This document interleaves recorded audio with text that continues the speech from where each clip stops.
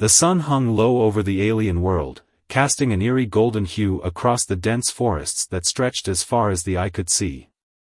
Captain Rook stood at the edge of the landing ramp, his boots sinking into the soft earth beneath him. His crew, a mix of seasoned space travelers, stepped cautiously behind him. The air was thick and humid, carrying an unfamiliar scent, a strange blend of earth and something metallic. "Looks like we're on a peaceful world," said Lieutenant Hayes, his voice low, almost skeptical as he scanned the lush landscape. But Rook wasn't so sure. The briefing had promised peace, that the Deathworlders, the species native to this planet, were peaceful, enlightened beings, eager to share their wisdom with humanity. But there was something unsettling about the way the ground seemed to tremble, just slightly, underfoot. The way the trees whispered in the wind, like they were hiding secrets. "Stay sharp," Rook ordered, his voice calm but his eyes scanning the horizon. "We've only just arrived. Let's keep our eyes open." The crew moved into a formation, and they began to trek deeper into the forest. At first, it seemed like any ordinary alien planet, lush vegetation, bright-colored flowers, and strange wildlife that skittered just out of sight. But the farther they went, the more unnatural the silence became. There were no birds, no sounds of animals, just the distant rustling of leaves in the wind. And then there was the first clue. A flash of movement ahead, something large, dark, and quick. The crew froze. Hayes pulled out his communicator, but before he could speak, a low, rumbling sound vibrated through the ground. It was the kind of sound a massive engine might make, only it didn't stop. It grew louder. The hair on the back of Rook's neck stood up as he scanned the trees, but there was nothing to see. "Captain, look," a voice shouted from the rear. A crew member, Private Jenkins, pointed at something in the distance, his voice shaky. "What is that?" In the distance, there was a glimmer of light, bright and unnatural. At first, Rook thought it was just the sun reflecting off something in the forest, but as they moved closer, the light began to flicker. It wasn't the steady glow of natural light, but an artificial pulse, almost like a heartbeat. Before anyone could say anything more, the ground trembled again. This time, it wasn't subtle.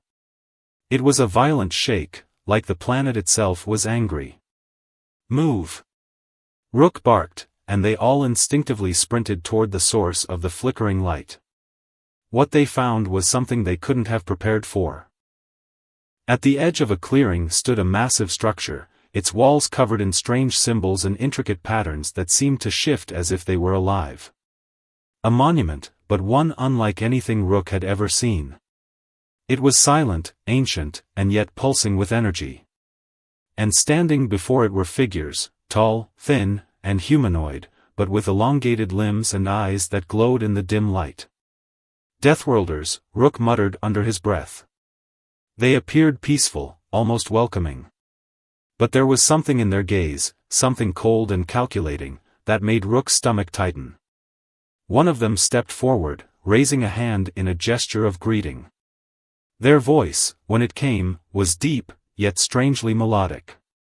"Welcome," it said. "We have waited for you." Rook exchanged a glance with his crew. The Deathworlders were far more than they appeared, and their peace might have been hiding something far darker than they had ever expected. What had they been waiting for? And why was everything on this world making him feel wrong? The Deathworlders stood before the humans in an almost ceremonial silence, their glowing eyes tracking every movement. They were tall, with smooth, grayish skin that shimmered faintly in the dim light. Their limbs were long and slender, and their faces were calm, almost serene, but Rook couldn't shake the feeling that something wasn't right. There was an unnatural stillness about them, like they were waiting for something. "Welcome," the leader said again, its voice echoing in the still air. "We have waited for you." Rook took a step forward, his eyes narrowing as he sized up the group. "You've been expecting us?" he asked, trying to keep his tone even. "Yes," the leader replied, its gaze unwavering. "You are the ones we need." Rook felt a shiver run down his spine. The words were too deliberate, too rehearsed. He glanced at Lieutenant Hayes, who was scanning the surroundings with a sharp eye, his hand hovering near his blaster. "We were told your species was peaceful," Rook said, keeping his voice steady despite the growing unease in his gut. "That you've been waiting for peaceful contact with humanity." The leader nodded slowly, the expression on its face remaining unchanged. "Indeed, we are peaceful," it said, as though the word itself held some kind of undeniable truth. "We have been waiting for your kind, your strength, your knowledge. We are dying, Captain Rook. Our world has been ravaged by an ancient enemy, and we need your help to survive." Rook's mind raced. There was no mention of any enemy in the initial briefing. The Deathworlders were supposed to be a highly advanced race, their technology beyond anything humanity had achieved. They hadn't been fighting any wars, or so it was believed. But now, hearing this claim, Rook wasn't sure what to believe. The leader gestured to the tall stone structure behind them, its surface covered with carvings that seemed to pulse with light. "This is our home," it said. "It is the heart of our people. Without it, we will cease to exist." Rook glanced back at his crew. Hayes raised an eyebrow, clearly skeptical, while Jenkins seemed almost mesmerized by the glowing patterns. The rest of the crew kept their distance, uneasy but silent. "We will help," Rook said after a long pause, his voice betraying a hint of uncertainty. "But we need more information. What exactly is it that you need from us?" The leader's eyes gleamed, almost like a knowing smile hidden beneath its serious demeanor. "We need the power of your people, Captain. You are stronger than you know." Just then, the ground beneath their feet trembled again, much more violently than before. Rook instinctively reached for his communicator, but it flickered and died in his hand. "Stay alert," he whispered to Hayes, who was already drawing his blaster, his eyes scanning the surrounding area. The Deathworlders didn't seem alarmed. In fact, they didn't even flinch as the ground continued to shake. Rook looked around, trying to pinpoint the source of the tremor. But there was nothing, just an unnatural stillness that followed the violent shaking. "Everything's fine," the leader said, its voice like a gentle breeze, as if the planet itself were trying to calm them down. "There is no need for fear. You are our guests. We only wish to share our knowledge." Rook's instincts screamed that something wasn't right. He had been in enough high-risk situations to know that when things felt too calm, when everything seemed too perfect, that was when you had to worry. The longer he stood here, the more he realized just how much they were being watched. Every single movement from his crew, every glance exchanged, was being monitored. Suddenly, the foliage around them began to move. At first, it was subtle, a slight rustle in the bushes. But then the sounds grew louder, and from the depths of the forest came shapes, dark, humanoid figures. At first, they were only shadows, but they quickly took form. Deathworlders. But these ones weren't the peaceful beings that greeted them. They were tall, muscled, and cloaked in tattered armor, their faces hidden by helmets that gave off an eerie, red glow. The peaceful Deathworlders turned without a word, their expressions unreadable as they faced the newcomers. "Who are they?" Rook asked, his voice barely above a whisper, his hand hovering over his weapon. He felt a bead of sweat form on his brow despite the cool air. "They are our warriors," the leader replied, its voice calm, as though this was an everyday occurrence. "They are the ones who will protect you." Rook wasn't convinced. "Protect us from what?" The leader didn't answer. Instead, it gestured toward the group of armored figures, who began to move forward, their heavy footsteps shaking the ground.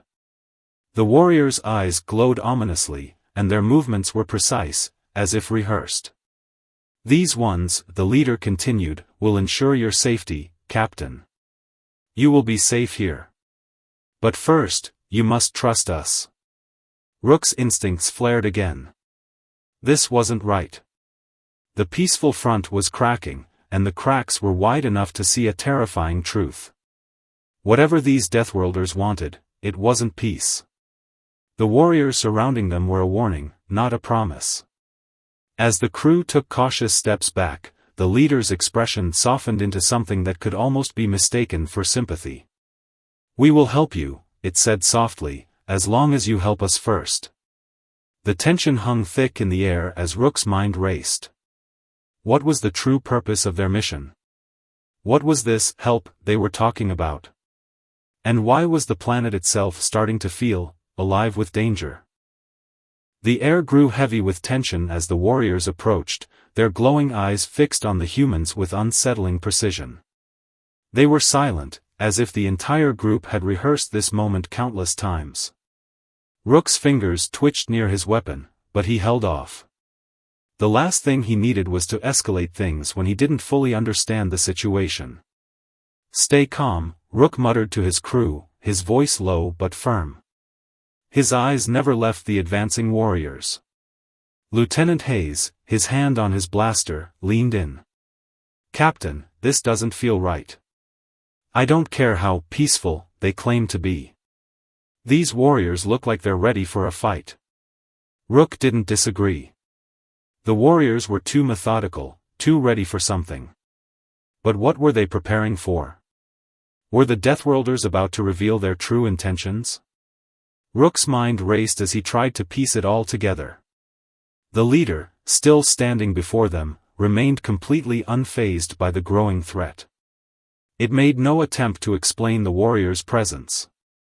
Instead, it simply raised a hand, an almost imperceptible gesture that seemed to signal the warriors to stop in their tracks. "These are our protectors," the leader said once more, its tone reassuring, almost soothing. "You have nothing to fear from them. They are our shield. And you will need it." Rook's suspicion deepened. Need it for what? What exactly were the humans walking into? Then, as if on cue, the warriors shifted. The peaceful Deathworlders didn't flinch as the soldiers formed a tight ring around them, their weapons now visible, long, metallic staffs tipped with razor-sharp blades that gleamed in the dying light of the sun. It wasn't a protective stance, it was a threat. A sudden noise erupted from the trees behind them, an unnatural sound. A low, guttural growl that sent a shiver through the crew. Rook spun around, eyes scanning the dense forest. Without warning, the ground beneath them began to shake violently again. This time, it wasn't the subtle tremor they had felt earlier, it was a full-blown earthquake. The crew stumbled as the trees around them cracked and groaned under the pressure. "Get down!" Rook shouted, pushing Hayes to the ground as the ground seemed to rise and fall like a living creature. The warriors remained unmoving, not a single one flinching. It was as though this was part of the plan. The next thing Rook saw was a massive shadow bursting from the forest, a towering, hulking creature, its massive claws tearing through the underbrush. It was covered in dark, bony armor, its eyes glowing with a malevolent red light. It snarled, a deafening roar echoing through the clearing as it advanced on the humans. Rook's heart pounded in his chest. He recognized the creature, it was a behemoth, a nightmarish predator native to this planet. The Deathworlders had described them during their briefing as an almost mythological enemy, beasts capable of destroying entire villages with a single swipe. And now, one was charging right toward them. "Take cover!" Rook screamed, his voice cutting through the chaos. The humans scrambled to find shelter, but there was no time. The behemoth was fast, too fast.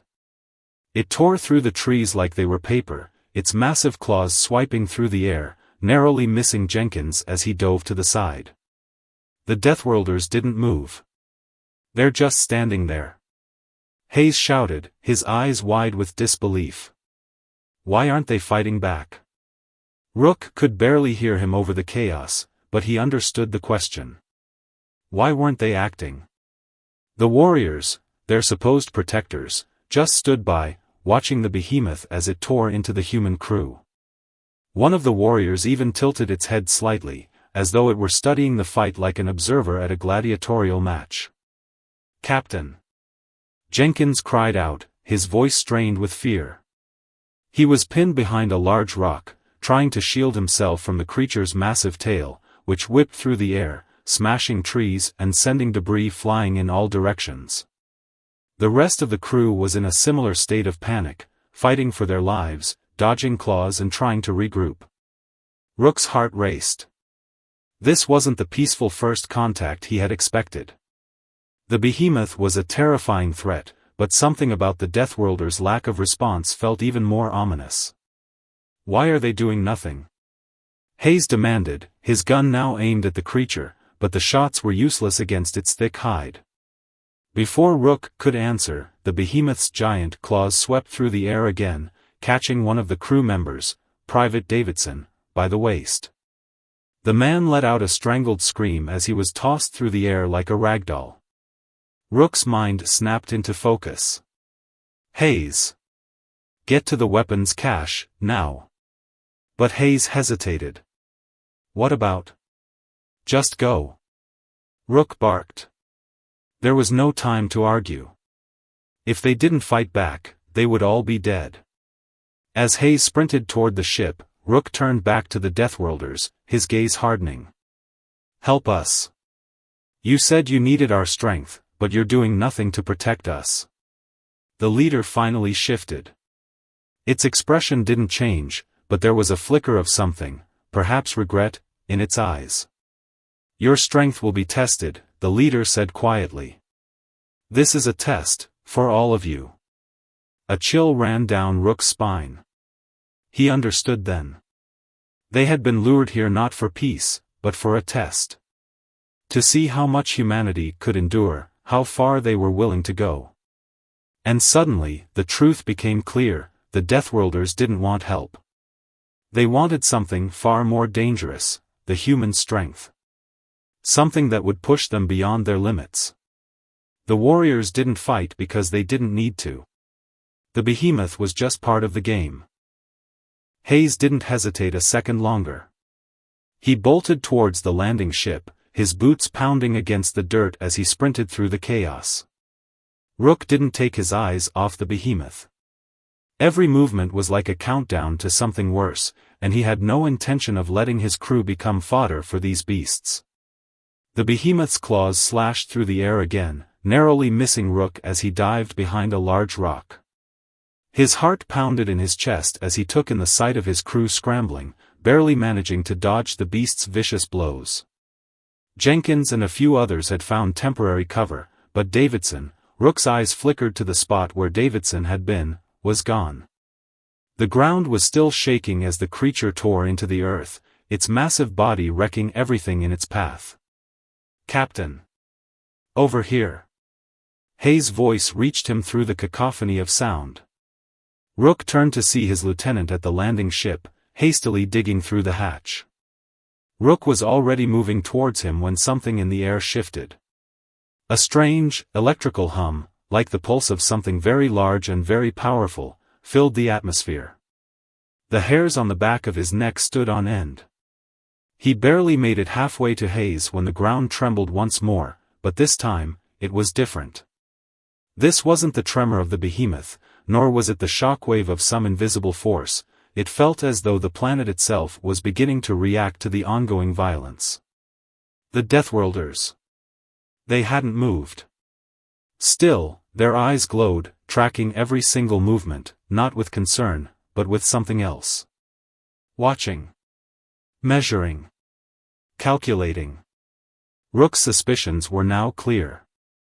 These protectors weren't defending anyone. They were watching them suffer, as though this chaos was part of a larger plan. "Why aren't they doing anything?" Hayes shouted again, as he pulled a pulse rifle from the ship's armory and handed it to Rook. "Cover me," Rook barked, not waiting for a response. The tension in his muscles coiled like a spring as he sprinted back toward the clearing.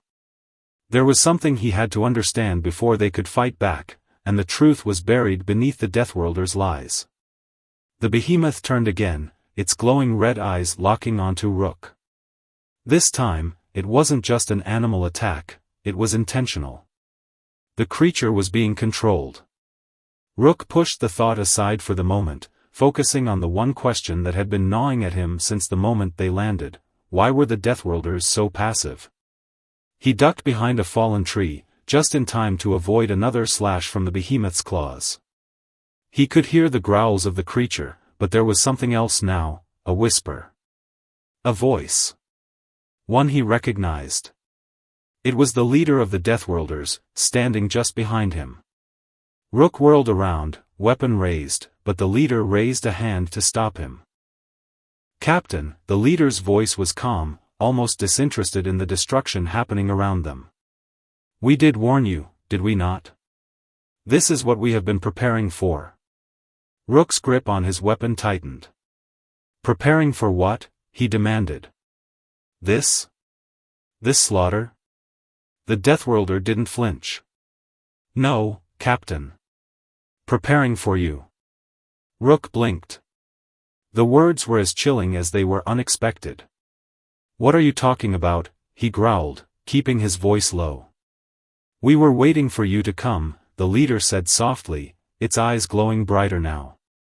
"For your species to finally arrive. But you are different from what we expected." Rook's mind raced. What did that even mean? What had the Deathworlders been expecting? Before he could press further, the leader continued, its expression cold. "Humanity is special. You are stronger than we anticipated. Your bodies, your minds, your resilience. You have a quality that we need." The leader's gaze shifted toward the behemoth. "This world has suffered for too long. We need your kind to survive, Captain. Your strength will be our salvation." Rook's heart hammered in his chest as realization began to set in.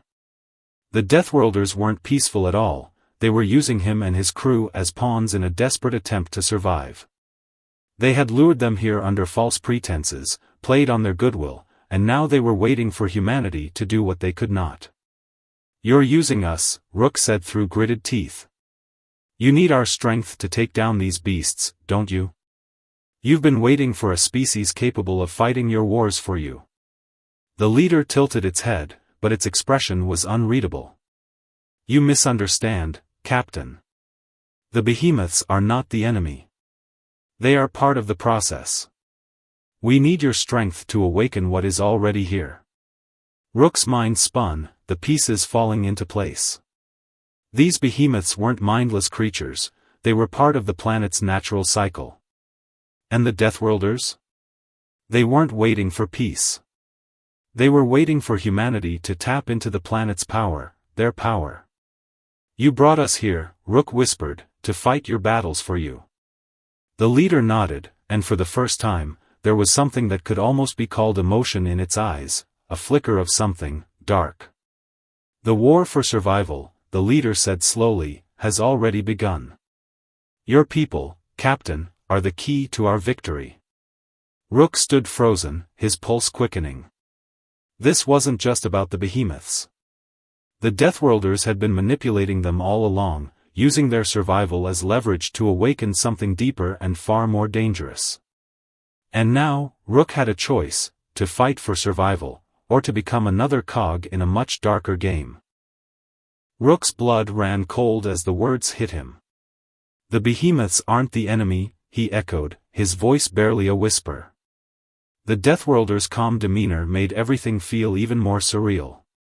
They weren't fighting the beasts, they were controlling them. But why? And what did the leader mean by needing humanity's strength to awaken? "You're playing us," Rook said, his voice hardening. "This whole thing, from the beginning. You didn't want peace. You wanted our power." The Deathworlder leader remained unflinching. "It is not about power, Captain. It is about survival. You are not here by accident. You were chosen." Rook's eyes narrowed. "Chosen? By who?" The leader's gaze softened, but its expression remained unreadable. "By forces greater than you can comprehend. Forces older than this planet itself. We have been waiting for humanity for eons. You are the missing piece we've been searching for. The words felt like a blow to Rook's chest. Wait. What are you saying? You needed us to fight these monsters?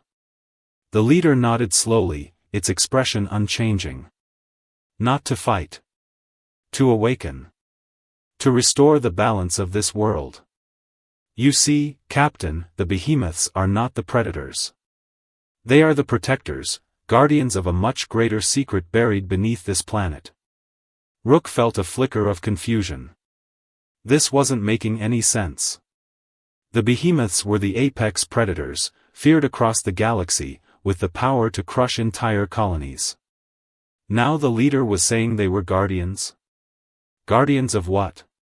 Before Rook could demand more answers, the earth shook again, this time more violently than ever.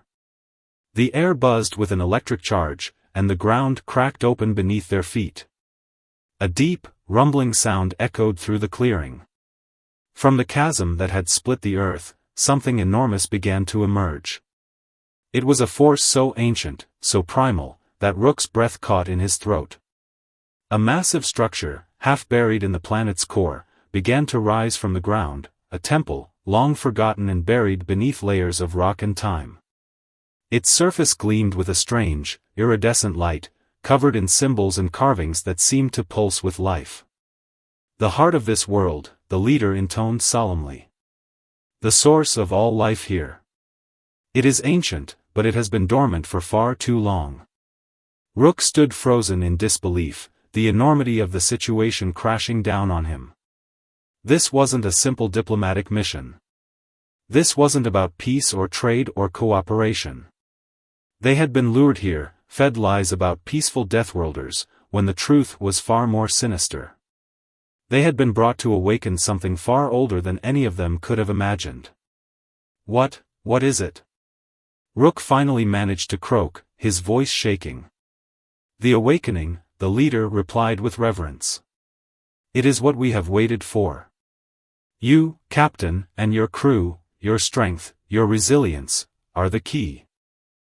As the leader spoke, the temple structure groaned, ancient machinery clicking and hissing as though it were coming to life.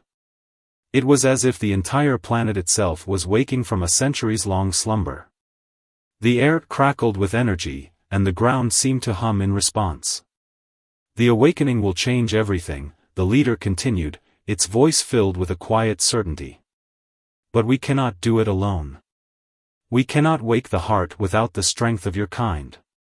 Humanity, your kind will fuel the final phase of the process. Rook's stomach twisted. You're saying we have to sacrifice ourselves? Use our strength to power this thing? The leader's eyes met his, as unblinking as ever. It is not sacrifice. It is a mutual exchange. You will be the catalyst for the awakening.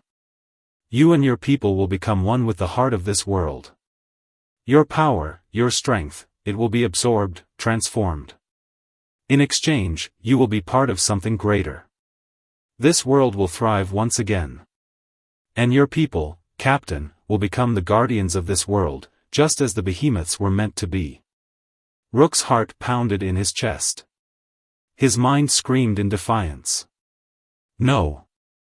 This wasn't what they had come here for. The humans weren't here to sacrifice themselves to some ancient force. They weren't tools to be used in some grand, cosmic game. No, Rook spat, his hand tightening around his weapon.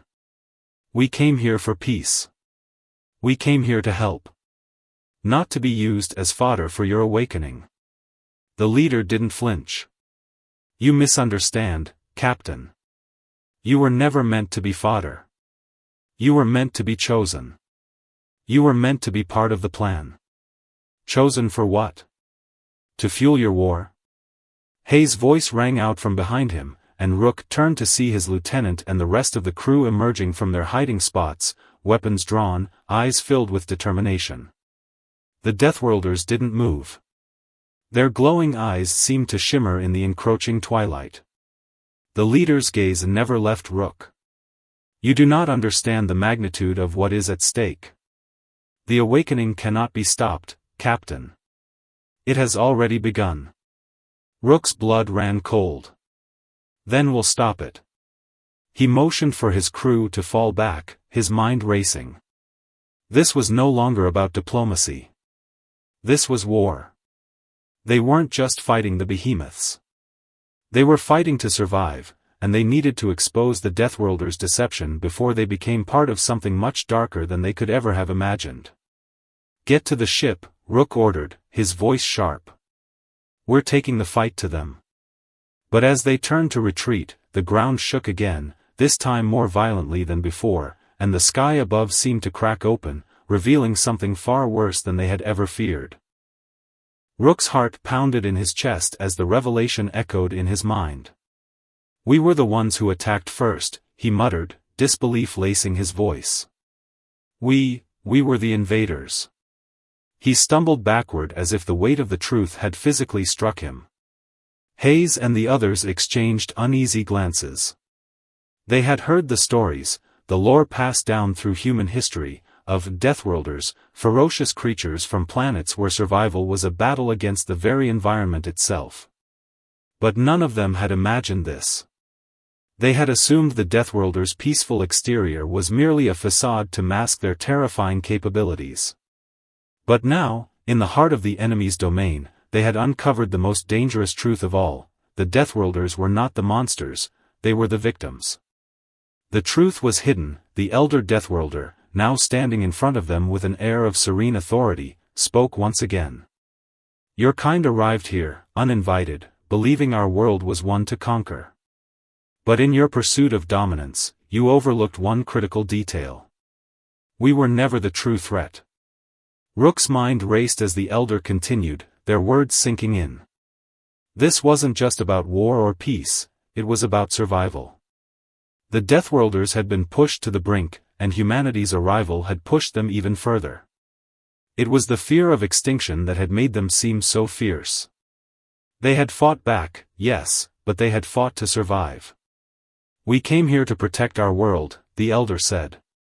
Not to dominate. But your kind was quick to misunderstand. It's not us you should fear, it is the threat that comes from beyond our stars. The words sent a chill down Rook's spine. A new enemy? Something even worse than they had encountered on this world? What do you mean? Hayes asked, his voice firm but clearly shaken by the weight of the conversation. The elder gestured toward the sky, where the stars seemed to pulse with a foreboding glow. A force has been watching us. It is not something of this world, but from another. They knew that if they allowed your species to conquer this world, they would have a foothold in our galaxy. And with that foothold, they could control all. Rook felt his knees buckle beneath him. This wasn't just an encounter with a new species, it was the beginning of a galactic-scale war. They weren't just fighting for survival anymore. They were fighting for the future of the universe itself. The elder stepped closer, their eyes piercing through Rook's soul. You have two choices now, human. You can either stand with us, fight the true threat together, or you can return to your ships and allow your kind to become another casualty in a war you don't fully understand. Rook looked around at his comrades, each of them grappling with the same overwhelming realization. What had they walked into?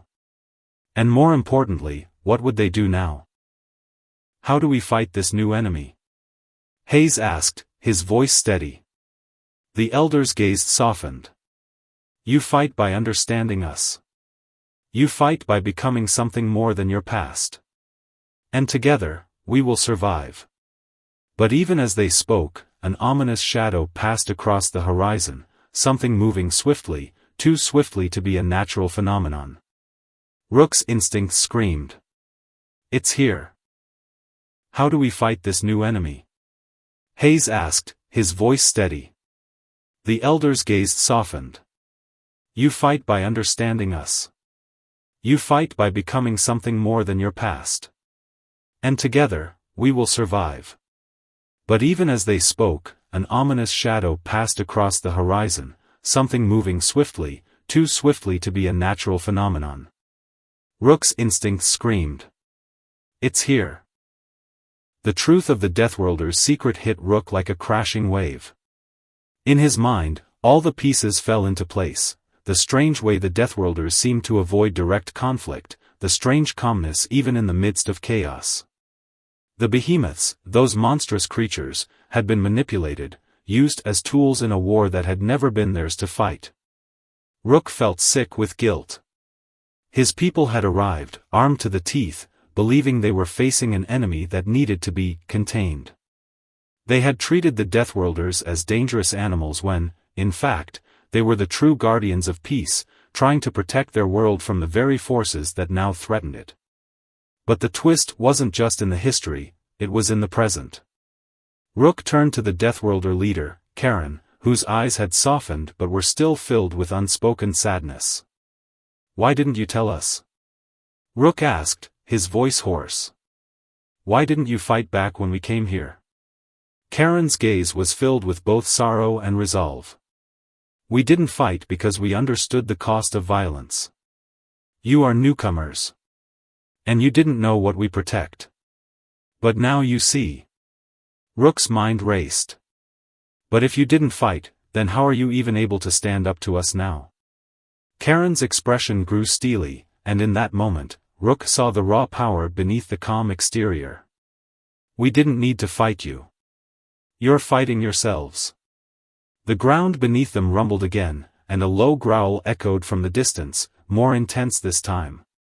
The behemoths had begun to stir once more. But this time, it wasn't just because of the humans' presence, it was the ancient threat rising beneath the planet's surface. The true enemy was not the Deathworlders, nor the behemoths. It was something far older and more insidious. The Deathworlders had kept the balance, maintained peace not just on their world, but within the very fabric of the galaxy itself. The ground split open, and a towering, shadowy figure emerged from the earth. A creature so large, it cast a dark shadow over the entire field. The behemoths charged, but it was clear they weren't fighting for dominance, they were fighting to protect their home from an unimaginable force. Rook swallowed hard, realizing the truth in Karen's words. The Deathworlders weren't here to conquer or to defend their planet from invaders. They were stewards, caretakers of a peace that even the humans had unwittingly disturbed. "Join us," Karen said simply, his voice filled with an ancient weight. "Together, we can stop it. Alone, you will fall." In that moment, Rook understood. The Deathworlders had been waiting, not for a fight, but for the right moment to show the universe what true strength really was. And now, that moment had come.